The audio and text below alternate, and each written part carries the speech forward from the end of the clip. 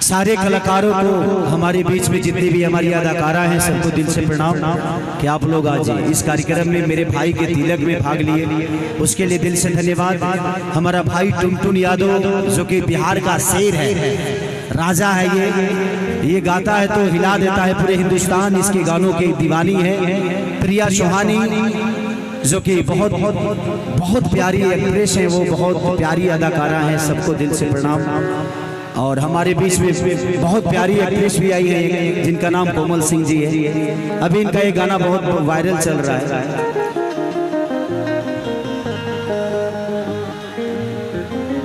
कि अब की जादू जी के झंडा तहरा लहंगा हाजी करी बरियारी चाहे हो ही मारा मारी भके अखाड़ा में रगड़ी। बच्चों भी ये सबको बैठा दीजिए ताकि सजिंदा को नहीं देख पाऊंगा तो फिर दिक्कत होगी। बैठ जाओ, जितने भी मेरे अपने हैं वो भी बैठ जाए, यहाँ से भी लोग बैठ। भैया जितने भी प्रशासन के लोग हैं मैं सबसे रिक्वेस्ट करूंगा आप लोग वहीं पे बैठ जाइए। पागल भैया को कुर्सी दे दीजिए, हमारे बड़े भाई यहाँ से या तो आप लोग बैठ जाइए नहीं तो साइड हो जाइए, क्योंकि इन बच्चों को प्रॉब्लम होगी। प्लीज बैठ जाइए, बैठ कर लोगों को इंडिकेट करिए। आपके पास हथियार है, ऐसे ही लोगों को बोलिएगा तो लोग मान जाएंगे। हाँ तो थोड़ा सा बैठ कर इंडिकेट करिए, बैठ ताकि किसी को प्रॉब्लम ना हो। भैया फोटो वाले भैया प्लीज या तो बैठ जाइए नहीं तो हट जाइए। हमें इन पब्लिक से कोई डर नहीं है, ये मेरी जान है और एक खेसरिया को एंजॉय करने आए हैं। Love you.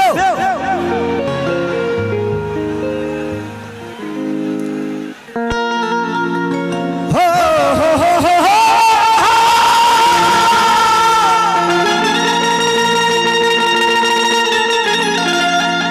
हो हो हो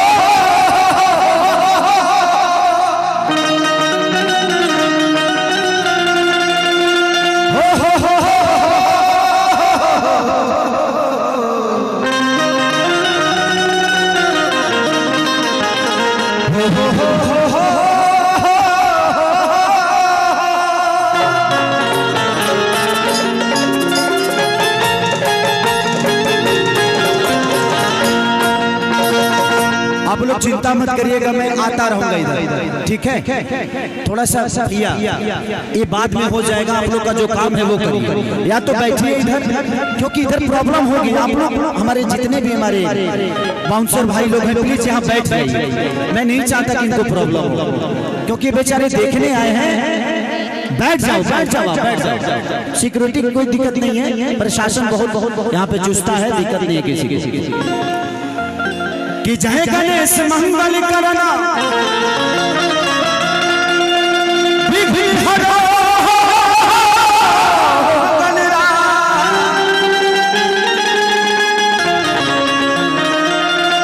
एक दंड करि बलि बदन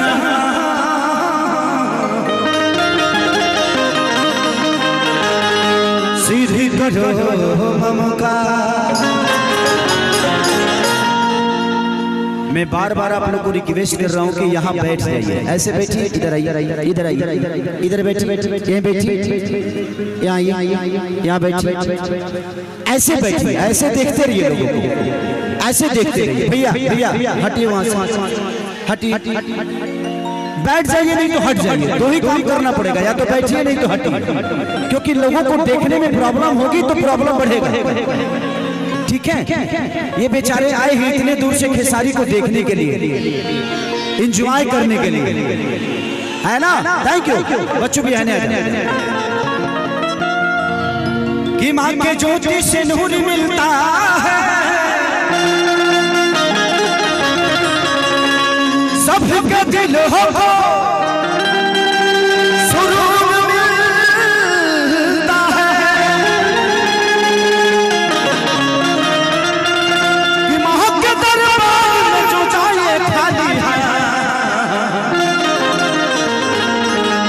उसे कुछ न कुछ जरूर मिलता है। बहुत प्यारा रवि साउंड जो कि हम लोग के भाई हैं, और ऐसे ही प्यार आपका मिलता रहे, मजा आता है। अभी तबीयत खराब में भी आपका साउंड रहता है तो तकलीफ नहीं देते हैं।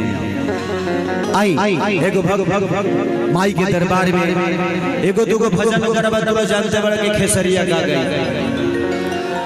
हमारे यूट्यूब वाले भाई बहुत सारे यहाँ पे हैं। प्रॉब्लम जानते हैं क्या है कि जब हम भजन गाते हैं तो कोई सुनता नहीं है, और जब लोग गीत गाते हैं तो लोग कहते हैं कि खेसरिया अश्लील कर दिया। बाबू बॉक्स का तार मत रे रे रे बना रहा रे भाई, बड़ा मिस्त्री तू ना उतर बेरा, उतर जो बेटा उतर जो, ना तो अंतरिक्ष में निकल जो, नीचे से ऊपर ऊपर निकल जो। आई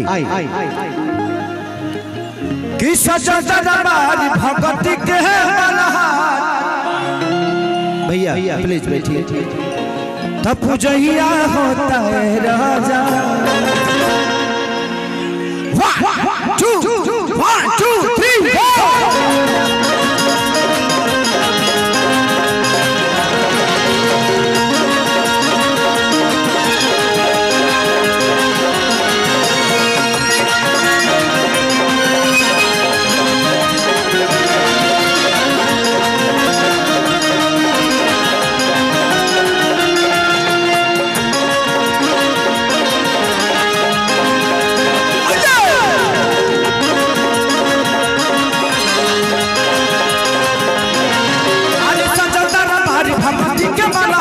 पूजैया होता है राजा।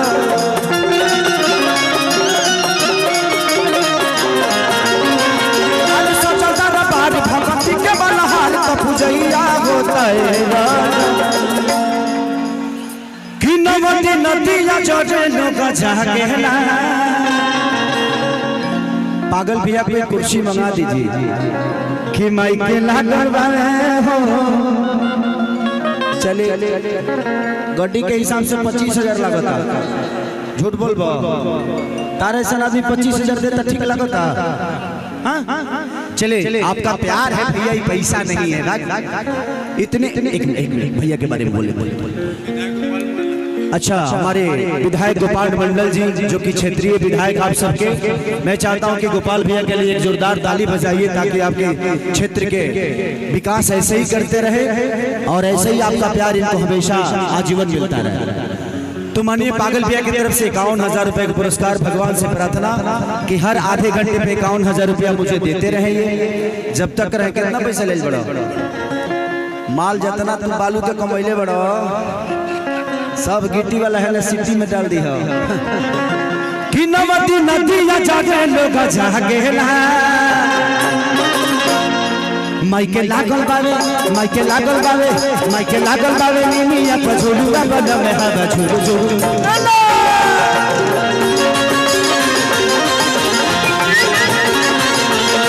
माइके लागल बावे, निमिया पछोड़ुआ बना में हवा झुरु झुरु लागे।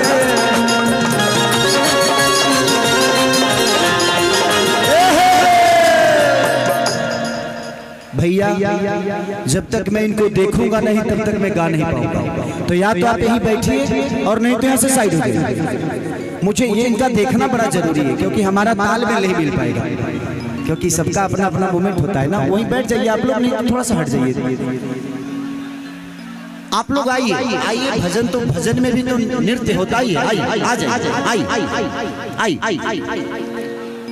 ज्यादा देर तक बच्चों को रोक नहीं सकते हम, क्योंकि स्थिति बहुत अलग चल रही है। तमाई के लागल बाने निमिया पछोड़ुआ बजा में हाथ झुरु झुरु ला।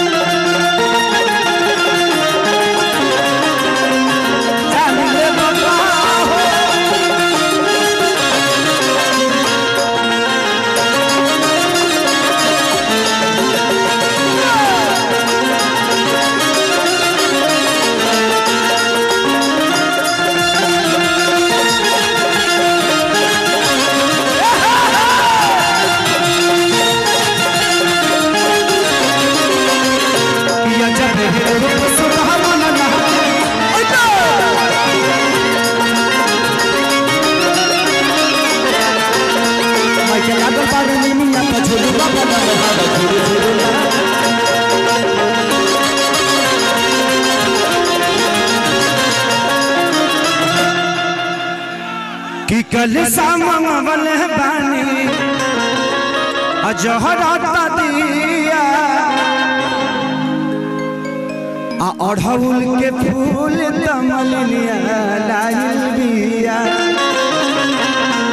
भैया मैं बार बार आप लोगों से एक ही बात कर रहा हूं कि आप लोग सुरक्षा में हैं। हमारे जितने भी बाउंसर भाई हैं प्लीज बैठ जाइए, नहीं तो आप पूरे रात इनको बैठाते रह जाओगे, नहीं बैठे। क्योंकि एक आदमी हो तब न बैठा देंगे। यहाँ 5 लाख की भीड़ है भाई, इस 5 लाख को आप 25 लोग कंट्रोल नहीं कर पाओगे। तो लोगों को देखने दीजिए, मजा लेने दीजिए, ठीक है। भुला गइल बा लइका, भुला गइल बा। इधर इधर एने, अरे तेरी माई के हेने आओ भाई। है क्या नाम है? ओम पुरी। हाँ ओम कुमार भाई। ये कौन ऐसा आदमी है जो अपना फिल्म रिलीज करके छोड़ दिया है रोड पे? बेटा ते चिंता मत करते हैं। ओम कुमार तोर बाबूजी घींचे गए बड़े सोम कुमार, जमकर काम हो जाए तो अपने आप लेकर चल जाए। ओम कुमार जी के पिताजी अगर इधर है तो प्लीज आप अपने ओम कुमार को ले जाएं, और नहीं तो आप ओम पुरी के चक्कर में पड़े हैं। अमरीश पुरी घबरा जाएगा इधर। कि कल साल आई बानी अरे जरत बाटे दिया अढ़उल के फुलवा कमाली न लाइल बिया।